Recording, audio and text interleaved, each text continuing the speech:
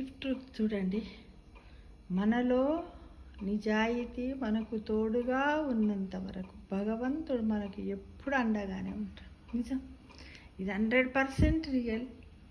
ఇదేంటంటే ఇది నేను అనుభవించాను. నిజం, ఏ పనినైనా మనము నిజాయితీగా చేసుకుంటూ వెళ్ళిపోవాలి. మనం చేసే పనిలో నిజాయితీ ఉండాలి. ఎదుటి వాళ్ళు మనని ఎన్ని సూటిపోటు మాటలని శూలాల్లా పొడిచినప్పటికి కూడా నేను చేస్తున్న పనిలో ధర్మం ఉన్నది, నీతి ఉంది, న్యాయం ఉంది అనుకుంటూ ముందుకు వెళ్ళండి. ఈ కష్ట సమయంలో భగవంతుడు మనకు ఎప్పుడు అండగానే ఉంటాడు. ఇది 100% నిరూపించబడింది. ఎక్కడో కాదు, నా జీవితంలోనే నిరూపించబడింది ఫ్రెండ్స్. కాబట్టి అందరూ కూడా ఆత్మవిశ్వాసంతో ఉండండి. నిజాయితీని మాత్రం మనం వదలొద్దు. మనలో ఎప్పుడు నిజాయితీ మనకు తోడుగానే ఉంచుకోవాలి. నిజాయితీ మనకు తోడుగా ఉన్నదంటే భగవంతుడు మన వెంట ఉన్నాడని మీరు గమనించాలి. ఎలాంటి కష్టాన్నైనా కూడా మనం నవ్వుతూ స్వీకరించాలి.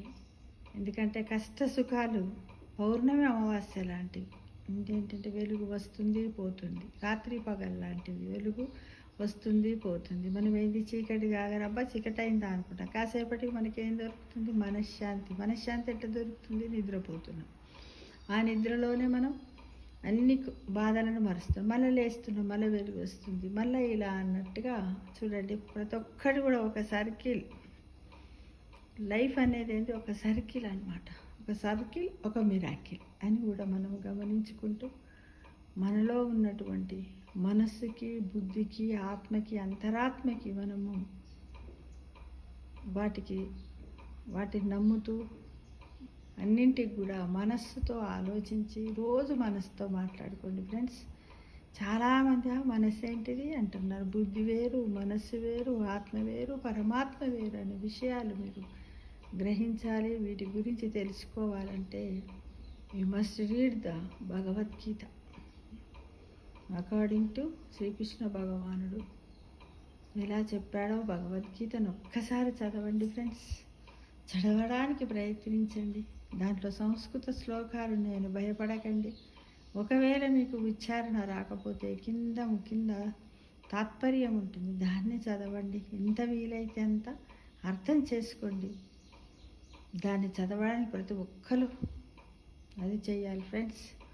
అదొక మహా అద్భుతమైనటువంటి బుక్ చెప్పొచ్చు దాన్ని.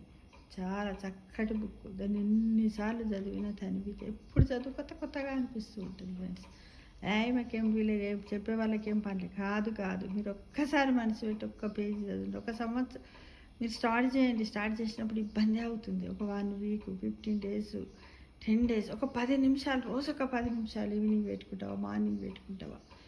వర్కింగ్ వాళ్ళైతే ఈవినింగ్ పెట్టుకోండి. ఏమి లేకపోతే ఇంట్లో ఉండే వాళ్ళైతే పనంతా తీరినాక భోజనం చేసే ముందు, స్నానం చేసిన వెంటనే 10 నిమిషాలు దానికి భగవద్గీత చదవడానికి ఇష్టం. మీరేమైనా నియమాలు పెట్టుకుంటే పెట్టుకోండి. ఏంటంటే నాన్ వెజ్ తినాలా వద్దా భగవద్గీత అంటే అది మీ ఇష్టము. మీరట తినొద్దని పెట్టుకుంటే తినకుండానే చదవండి. మా ఇష్టం. మేము ఎప్పుడు పడితే అప్పుడు నార్మల్ బుక్లో చదవండి. కాకపోతే మనకు కావాల్సింది ఏంటి? అందులో ఉన్నటువంటి తాత్పర్యాన్ని, అందులో ఉన్నటువంటి ఎథిక్స్ని మనం అర్థం చేసుకోవాలి ఫ్రెండ్స్. చాలా బాగుంటుంది. మీరు చదవడానికి ప్రయత్నిస్తానని ఆశిస్తున్నాను.